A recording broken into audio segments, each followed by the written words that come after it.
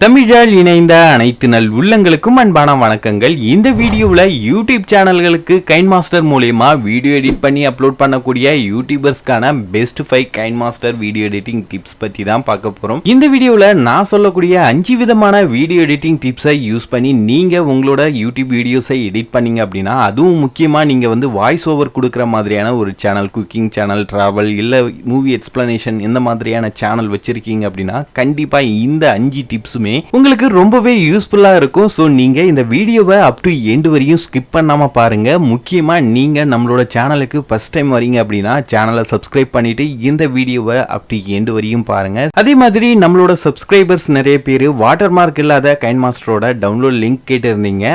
அந்த லிங்கை இந்த வீடியோட ஃபர்ஸ்ட் கமெண்ட்ல கொடுத்துருக்கேன். அது மட்டும் இல்லாம நம்மளோட டெலகிராம் சேனல்லையும் ஆப் டவுன்லோட் லிங்கை அப்லோட் பண்ணியிருக்கேன். மறக்காம செக் பண்ணி பாருங்க. டவுன்லோட் பண்ண ஃபைல் பாஸ்வேர்ட் கேட்கும். பாஸ்வேர்டு என்ன அப்படின்னா 11835. ஸோ ஸ்க்ரீன்லையும் தெரியும். அந்த பாஸ்வேர்டை போட்டு ஓப்பன் பண்ணிக்கோங்க. சரி, வாங்க இந்த வீடியோக்குள்ள போகலாம். நீங்க ஆன்லைன்ல கவர்மெண்ட் எக்ஸாமுக்கு எப்படி அப்ளை பண்றது அப்படின்ற மாதிரி ஒரு டுட்டோரியல் போடுறீங்க, இல்ல ஏதோ ஒரு வெப்சைட்ல அக்கௌண்ட் சைன் அப் பண்றது எப்படின்னு சொல்லி வீடியோ போடுறீங்க அப்படின்னா, அதுல இருக்கக்கூடிய ஆப்ஷன்ஸை ஸ்டெப் பை ஸ்டெப் ஹைலைட் பண்ணி காமிச்சாதான் பார்க்கக்கூடிய வியூவர்ஸ்க்கு ஈஸியா புரியும். அதர் லாங்குவேஜ் ஆடியன்ஸ்க்கும் நம்ம என்ன பேசுறோம் அப்படின்றது புரியலனாலும் நம்ம என்ன பண்றோம் அப்படின்றது ஹைலைட் பண்றது மூலியமா ஈஸியா புரியும். இதனால நிறைய வியூஸும் நமக்கு கிடைக்கும். இந்த மாதிரி டுட்டோரியல்ஸ்க்கு நம்ம ஸ்கிரீன் ரெக்கார்ட் பண்ணக்குள்ளே ஒரு சில ஸ்கிரீன் ரெக்கார்டர்ல மார்க்கர் இருக்கும். அதை வச்சு ஆப்ஷன்ஸை அந்த இடத்துலயே நம்ம மார்க் பண்ணிட முடியும். அது அந்த அளவுக்கு அட்ராக்டிவாகவும் இருக்காது. பட் நான் சொல்லக்கூடிய மெத்தடை ஃபாலோ பண்ணீங்க அப்படின்னா கைன்மாஸ்டர்ல ஈஸியா உங்களோட டுட்டோரியல்ல எந்த ஆப்ஷன்ஸை நீங்க மார்க் பண்ணணும்னு நினைக்கிறீங்களோ அதை டிஃப்ரெண்ட் கலர்ல அழகா நீட்டா மார்க் பண்ணி காமிக்கலாம். கைன்மாஸ்டர்ல நீங்க வீடியோ எடிட் பண்ணக்குள்ளே லேயர் ஆப்ஷனை கிளிக் பண்ணி அதுல கடைசியா இருக்கக்கூடிய ஹேண்ட் ரைட்டிங் ஆப்ஷனை சூஸ் பண்ணுங்க. அதுல சைட்ல நிறைய ஆப்ஷன்ஸ் இருக்கும். பென் ஐக்கான் இருக்கு இல்லையா, அதை லாங் பிரஸ் பண்ணுங்க. ஸோ அதை லாங் ப்ரெஸ் பண்ணக்குள்ளே கீழே நிறைய ஃபியூச்சர்ஸ் இருக்கும். அதில் பாட்ஸ் ஐக்கான் இருக்கு பாருங்கள். ஜஸ்ட் அதை டேப் பண்ணிக்கோங்க. டேப் பண்ணி செலக்ட் பண்ணிக்கோங்க. தென் கீழே பார்த்தீங்க அப்படின்னா மூணாவதாக ஒயிட் கலர் டாட் இருக்குது பாருங்கள். அதை லாங் ப்ரெஸ் பண்ணிங்க அப்படின்னா இந்த மாதிரி ஆப்ஷன் காமிக்கும். இதில் அந்த பாட்ஸோட சைஸ் என்ன மாதிரி இருக்கணும், எந்த திக்னஸில் வேணும் அப்படின்றத நீங்கள் சூஸ் பண்ணிக்கலாம். ரெண்டாவது ஆப்ஷனை சூஸ் பண்ணிக்கோங்க. தென் கலரில் போயிட்டு என்ன கலரில் நீங்கள் ஹைலைட் பண்ணி காமிக்க போகிறீங்க அப்படின்றத சூஸ் பண்ணிக்கோங்க. தென் நீங்க ரெக்கார்ட் பண்ணி வச்சிருக்கக்கூடிய ஸ்கிரீன் ரெக்கார்டில் எந்த ஆப்ஷனை ஹைலைட் பண்ணி காமிக்கணும்னு நினைக்கிறீங்களோ அந்த ஆப்ஷனுக்கு நேராக போயிட்டு என்ன பண்ணிக்கோங்க, கையை வச்சு அப்படியே ட்ராக் பண்ணுங்க அந்த ஆப்ஷன் மேலே. இப்போ நான் கிரியேட் ஆன அக்கௌண்ட் அப்படின்றத ஹைலைட் பண்ணி காமிக்கணும்னு நினைக்கிறேன். ஸோ அதனால அந்த இடத்துல இந்த மாதிரி கையை வச்சு ட்ரா பண்ணுறேன். நீங்க ட்ரா பண்ணக்குள்ளே இந்த மாதிரி பாட்ஸை ட்ராக் பண்ணி சைஸையும் ஹைட்டையும் மாற்றிக்க முடியும். ஒன்ஸ் ஸ்க்ரீன்லேருந்து கையை எடுத்துட்டீங்க அப்படின்னா அந்த ஹைட் அண்ட் வித்தை நம்மளால சேஞ்ச் பண்ண முடியாது. ஸோ அதனால நீங்க மார்க் பண்ணக்குள்ளே, அதாவது ட்ரா பண்ணக்குள்ளே கரெக்டாக அந்த ஆப்ஷன் கவர் ஆகிற மாதிரி மார்க் பண்ணிக்கோங்க. அதுக்கப்புறம் இந்த மாதிரி மூவ் மட்டும் தான் பண்ண முடியும். ஸோ இப்போ பார்த்தீங்க அப்படின்னா நான் கரெக்டாக கிரியேட் ஆன அக்கௌண்ட் அப்படின்றத மார்க் பண்ணிட்டேன். இப்போ சைடில் இருக்கக்கூடிய இன் அனிமேஷன் ஆப்ஷனை கிளிக் பண்ணிட்டு ட்ரா பை ஸ்ட்ரோக் அப்படின்னு சொல்லி கொடுக்குறேன். கொடுத்துட்டு இப்போ ப்ளே பண்ணுறேன் பாருங்க எப்படி இருக்கு அப்படின்னு சொல்லிட்டு. பார்க்கறதுக்கே சூப்பராக இருக்குல்ல. ஸோ இதே மெத்தடை ஃபாலோ பண்ணி நீங்களும் உங்களோட டுட்டோரியல் வீடியோவில் எந்தெந்த ஆப்ஷன்ஸை ஹைலைட் பண்ணி காமிக்கணும் அப்படின்னு நினைக்கிறீங்களோ அதெல்லாம் சூப்பராக ஹைலைட் பண்ணி காமிங்க.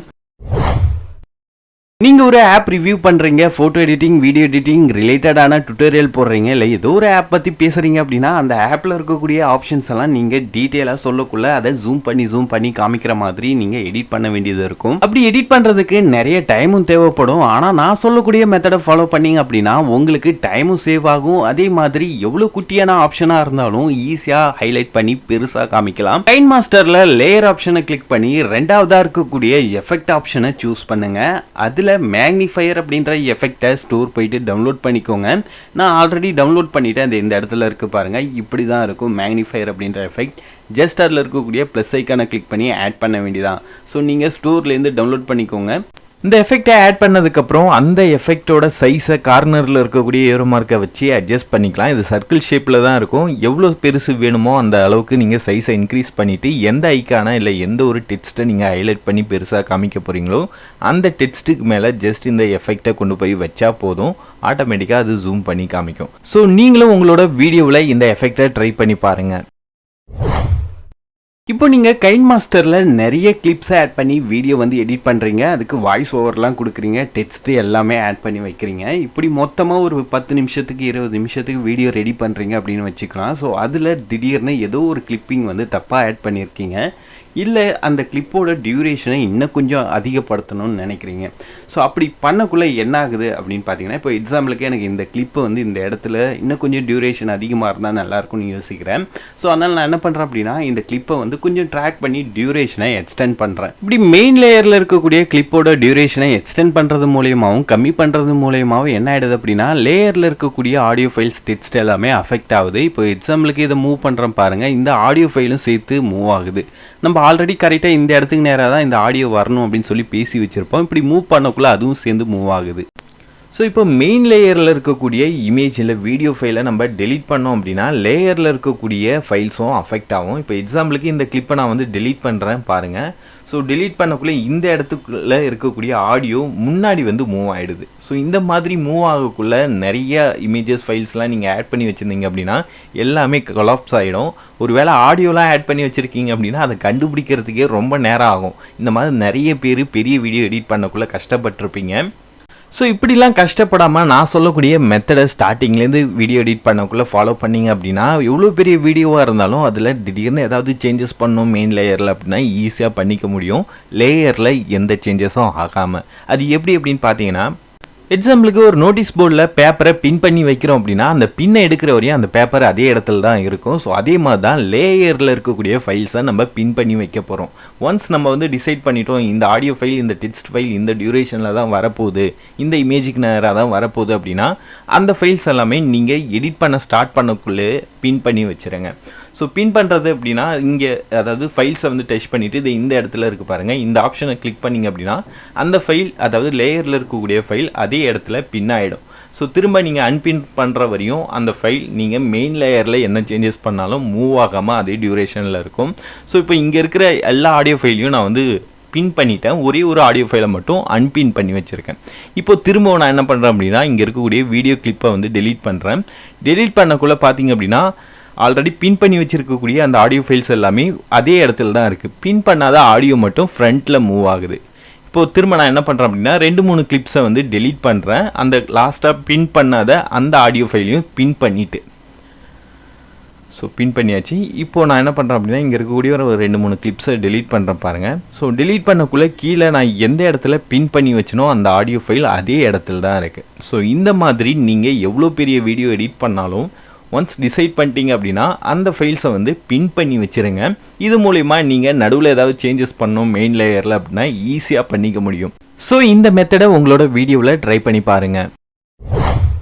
யூடியூப்பில் நிறைய பேர் குக்கிங் வீடியோ டுட்டோரியல் வீடியோஸ்க்கு வெறும் பேக்ரவுண்ட் மியூசிக் மட்டும் வச்சு அப்லோட் பண்ணியிருப்பாங்க. ஸோ அந்த மாதிரியான வீடியோவை கைன்மாஸ்டரில் எடிட் பண்ணக்குள்ள நம்ம ஒரு 10 நிமிஷத்துக்கான வீடியோ எடிட் பண்ணுறோம் அப்படின்னா அதில் ஆட் பண்ணக்கூடிய ஆடியோ டியூரேஷன் மேக்ஸிமம் 4 நிமிஷம் 5 நிமிஷம் தான் இருக்கும். ரிமைனிங் ஏரியாவுக்கு திரும்ப அதே ஃபைலை டூப்ளிகேட் பண்ணி ஆட் பண்ணுற மாதிரி இருக்கும், இல்லை கேலரி போயிட்டு அகைன் அதே மியூசிக் ஃபைலை ஆட் பண்ணுற மாதிரி இருக்கும். இப்படி தான் ஜென்ரலாக நிறைய பேர் எடிட் பண்ணுவாங்க. ஆனால் இப்போ நான் சொல்லக்கூடிய மெத்தடை ஃபாலோ பண்ணிங்க அப்படின்னா ஒரு தடவை நீங்கள் அந்த ஆடியோ ஃபைலை ஆட் பண்ணாலே போதும், எவ்வளோ பெரிய வீடியோவாக இருந்தாலும் அந்த வீடியோ முழுக்க அந்த ஆடியோ ஃபைலை நம்ம யூஸ் பண்ணிக்கலாம். ஸோ இப்போ எக்ஸாம்பிளுக்கு இந்த வீடியோ பார்த்தீங்க அப்படின்னா நான் 7 நிமிஷத்துக்கான கிளிப்ஸை ஆட் பண்ணி வச்சுருக்கேன். கீழே ஆட் பண்ணியிருக்கக்கூடிய ஆடியோவோட டியூரேஷன் பார்த்தீங்கன்னா 1.42 செகண்ட்ஸ், அதாவது 1 நிமிஷம் 42 செகண்ட்ஸ் இருக்குது.